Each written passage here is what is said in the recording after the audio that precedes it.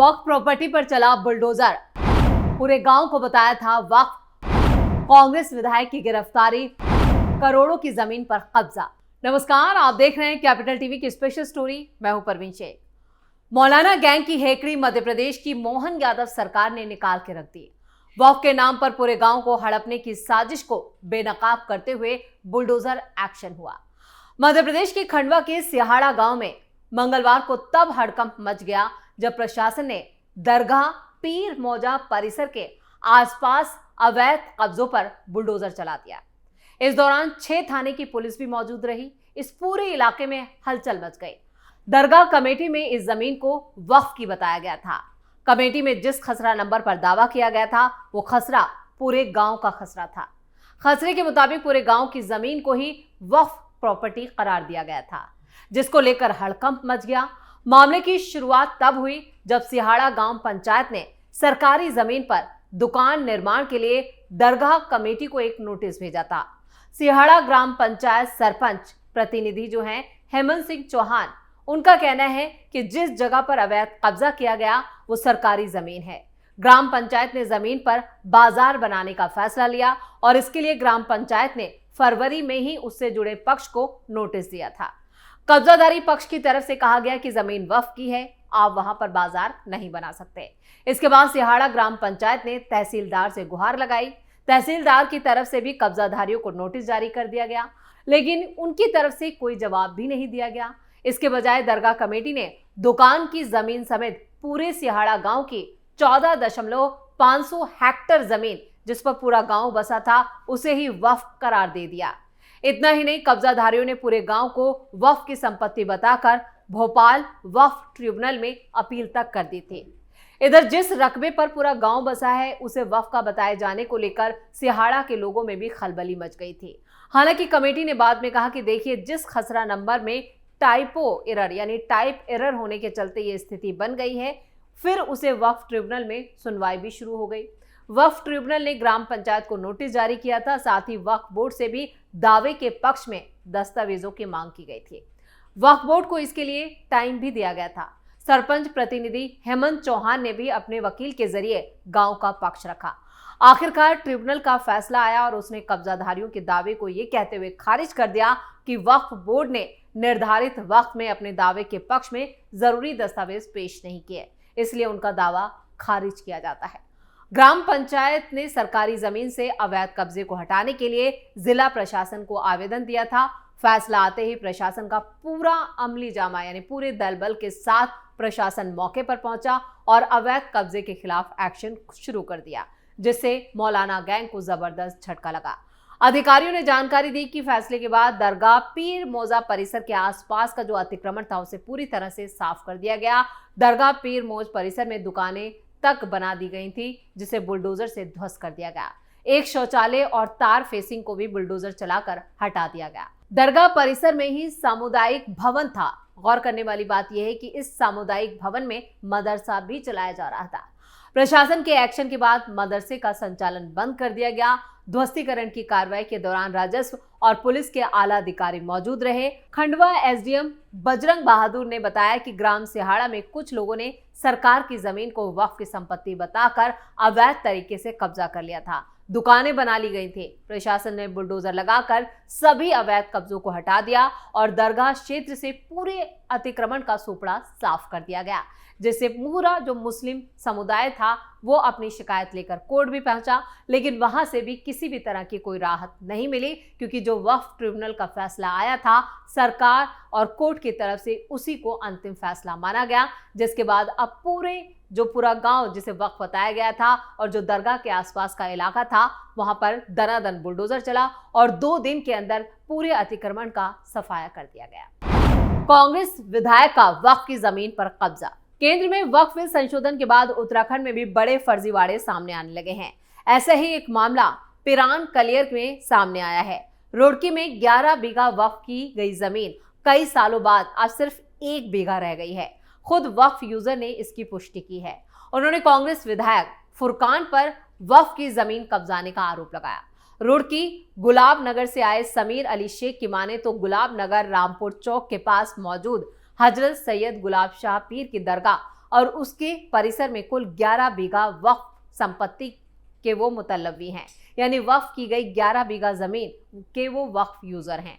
जब उन्होंने इस प्रॉपर्टी को उम्मीद पोर्टल पर ऑनलाइन रजिस्ट्रेशन करना चाहा और इसके डॉक्यूमेंट के लिए वक्फ बोर्ड दफ्तर पहुंचे तो उन्हें जानकारी दी गई कि बोर्ड में उनकी सिर्फ 1 बीघा जमीन रजिस्टर है, यानी यहां पर पूरी तरह से 9 बीघा जमीन को कब्जा लिया गया। उत्तराखंड में गायब वक्फ की 10 बीघा जमीन। आगे उन्होंने डिटेल बताते हुए कहा कि 1984 में वक्फ की गई जमीन, जिसकी उत्तर प्रदेश के वक्त खसरा नंबर 98/2 थी, उसके कागजात वक्फ बोर्ड कार्यालय में मौजूद नहीं है। उन्होंने ये भी बताया कि वक्फ की गई जमीन तकरीबन 11 बीघा से ज्यादा है, जिसमें से 4 बीघा जमीन पर दरगाह है, और जब वो कार्यालय में इसकी जानकारी लेने के लिए गए तो कागजों में सिर्फ 1.25 बीघा जमीन मौजूद मिली।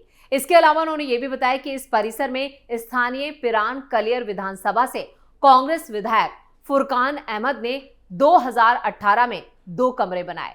उन्होंने इस प्रॉपर्टी के मुतवल्ली होने के नाते विधायक से भी पूछा कि वो किस योजना के तहत ये 2 कमरे बनवा रहे हैं, विधायक निधि या फिर सरकार की किसी और योजना के तहत, तो कृपया उसकी जानकारी दें। जिस पर स्थानीय विधायक ने उन्हें डराया धमकाया, यानी कांग्रेस के विधायक ने।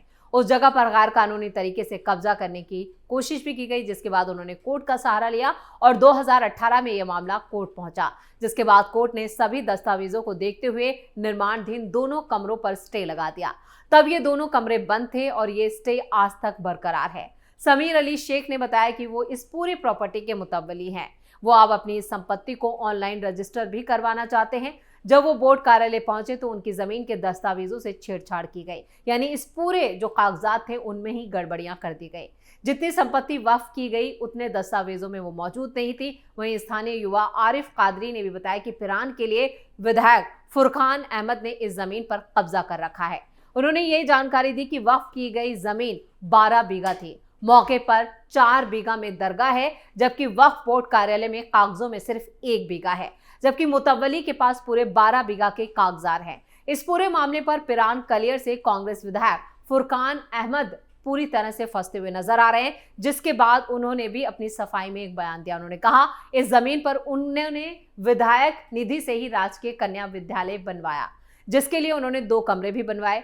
कुछ लोगों ने इस मामले को लेकर वो कोर्ट में मुकदमा दर्ज कर दिया, जिसके बाद कोर्ट ने इस जमीन पर स्टे दे दिया। उसके बाद से ये जमीन वैसी ही पड़ी है। कब्जे के आरोपों पर उन्होंने कहा कि जो लोग उन पर आरोप लगा रहे हैं वो खुद इस जमीन का गलत इस्तेमाल कर रहे हैं। उन्होंने कहा कि दरगाह के नाम पर कुछ लोग अपना धंधा चला रहे हैं। उन्होंने ये भी कहा कि यह मामला कोर्ट में है और इस जमीन पर कोई भी छेड़खानी नहीं की जा रही है। साथ ही साथ उन्होंने राजकीय कन्या विद्यालय किसी दूसरी जगह पर प्रस्तावित करा दिया। वहीं इस पूरे मामले पर उत्तराखंड वक्फ बोर्ड अध्यक्ष शादाब शम्स का भी बड़ा बयान सामने आ गया। उन्होंने कहा कि वक्फ बोर्ड कार्यालय से फाइलें गायब हैं और ये भी कहा कि वक्फ बोर्ड अंदर से खोखला है, यहाँ से बहुत सारी फाइलें गायब हो चुकी हैं। कर्मचारियों से जानकारी मांगी जाती है तो उनके पास कोई जानकारी नहीं है, कोई फाइल मांगी जाती है तो उनके पास कोई फाइल नहीं है। उन्हें यह भी कहा इसका समाधान अगर करना है तो हमें उत्तर प्रदेश में पुराने डॉक्यूमेंट मांगने होंगे। उन्होंने खुद अपने डिपार्टमेंट पर आरोप लगाया कि ये लूट का अड्डा बन चुका है। उन्होंने सीएम से भी इसके खिलाफ सख्त कार्रवाई करने की मांग की है। यानी कुल मिलाकर अभी हमने आपको सिर्फ 2 मामले बताए, एक मध्य प्रदेश के खंडवा का, दूसरा उत्तराखंड के पिरान कलियर का, कि किस तरह से वक्फ की जमीनें यानी सरकारी जमीनों पर कब्जा किया गया और जो वक्फ की गई जमीनें हैं उन पर ही कांग्रेस के विधायक या मुस्लिम विधायकों ने वक्फ के नाम पर कब्जा कर रखा है और करोड़ों की लूट खसोट मचा रखी है। तो आप अंदाजा लगाइए कि जब से उम्मीद पोर्टल पर सभी वक्फ प्रॉपर्टीज का रजिस्ट्रेशन के अनिवार्य किया गया है, उसके बाद इस तरह के घपले खुलकर सामने आ रहे हैं। 6 दिसंबर 2025 ये लास्ट डेडलाइन थी जब वक्फ प्रॉपर्टी को उम्मीद पोर्टल पर अपलोड करना था पूरे देश में, लेकिन कुछ मोहलत और केंद्र सरकार की तरफ से दी गई है। लेकिन ये मोहलत इसलिए नहीं दी गई है कि सिर्फ आप गड़बड़ियां करिए, मोहलत इसलिए दी गई है कि जो टेक्निकली रूप से उम्मीद पोर्टल पर अपलोड नहीं हो पाया, जहां पर टेक्निकल लूपहोल्स थे, उसकी वजह से 3 महीने का वक्त केंद्र सरकार की तरफ से दिया गया है।